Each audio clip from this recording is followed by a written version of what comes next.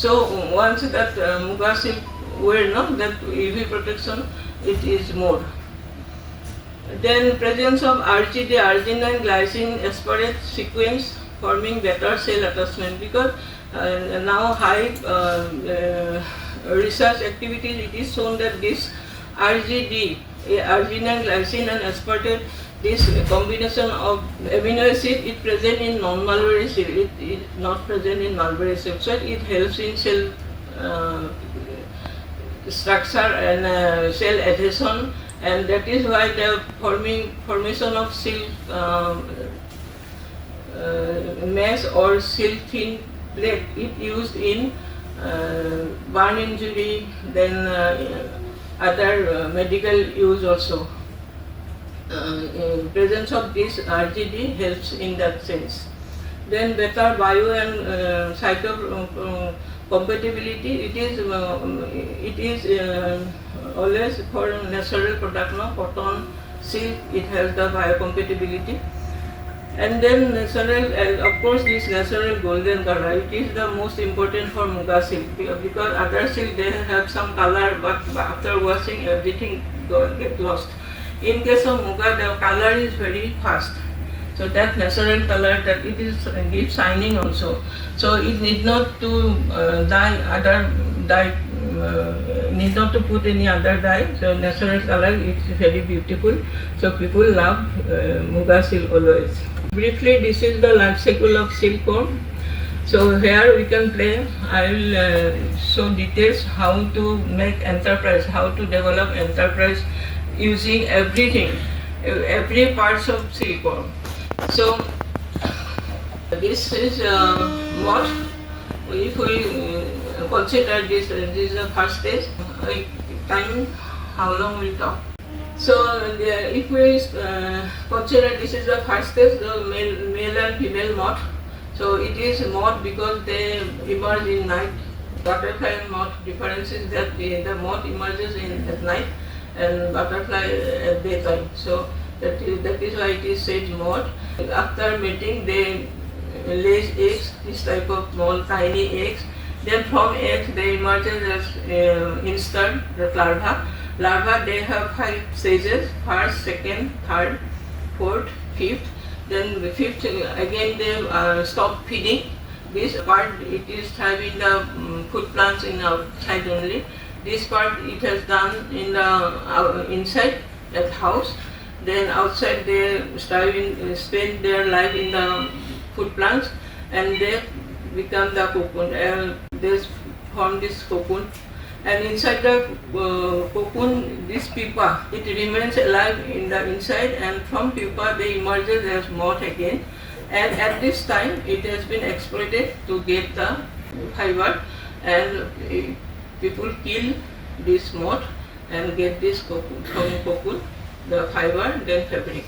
This is the small story, but this cycle is continuous. Again and again this cycle continues, and this portion, this is called drainage. In technical term it is called drainage part. So we have to prepare, we have to take care of getting GFL, disease free layings from here. This is silkworm rearing part. Rearing it has done outside, and this is so whatever we have done in our institute I put here, but it is very lengthy. I will skip down. So coming to the entrepreneurship development. So how we can use silkworm for developing entrepreneurship. If you have land, or if you do not have land but you want to do something regarding the land, then you can go for searching the land, suitable land for doing some plantation, some nursery plant, nursery preparation of nursery bed. Then you have to do that way. You can take the land in lease or in borrow also, in yearly borrow, like that also you can. But if you have own land, you can give also others for plantation also. So that way you can do something entrepreneurship with the land. And also you can use the burial land, government land, because food plants, it grows luxuriously in the whole, in up to 500 meter ASL and also in the Marshall land also, because in Upper Assam now it is flooded, but you can see after flood the some plants are there. They can sustain the flood or marshy water also. So especially in Thupakan area you can see that it is full of some plantation is there. But it is most of the time it is remain under flood area. So they are they can start there also, and they can survive in the higher altitude like 500 meter ASF. So you can use any type of land, barrel land, low land, marshy land, so for plantation. So likewise the entrepreneurship can be started with the land. And also then plantation. Plantation you need to do the suitable some plant, swallow plant, then nursery bed, and then you can sell it or you can use for your own sale. And also the plantation, systematic plantation, so far it is not there. We are saying that we have to save the Muga silkworm, but we have to do our own sale. We have to do the systematic plantation. So many plantation that the old plants, the foliage is not good, so people cutting them, and some people they are uprooted the food plants and also planting the new tea plantation also. But we can use that land,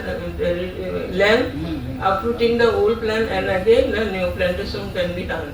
So that then we can do the entrepreneurship with new hope and new idea for plantation. Systematic plantation we need to preserve our Muga silkworm. Then coming to the drainage part, that after plantation you can go for the drainage because there are always shortage of DFL, disease-free layings, that is egg. So whatever now scenario is that there are 40% of deficiency in DFL. So we can do that systematic upgraded drainage system, doing some small drainage hole, and then some expert person also developing the training and taking the training and all. So we can do that drainage part. We can improve the drainage part. So entrepreneurship, developing entrepreneurship. And also we have developed one indoor rearing technique for Muga silkworm. So far it is done in outside. We aware of that Muga is outdoor practice. But we can go for indoor practice also during winter and rainy season. That is best for indoor rearing. So we can survive. We can utilize some plucking from the tree, and we can use in the indoor also, and that can be done for seed preparation. Then coming to the rearing part, rearing again, the systematic plantation, if it is available and if it is there, then people will be happy to rear silkworm, then production will be more.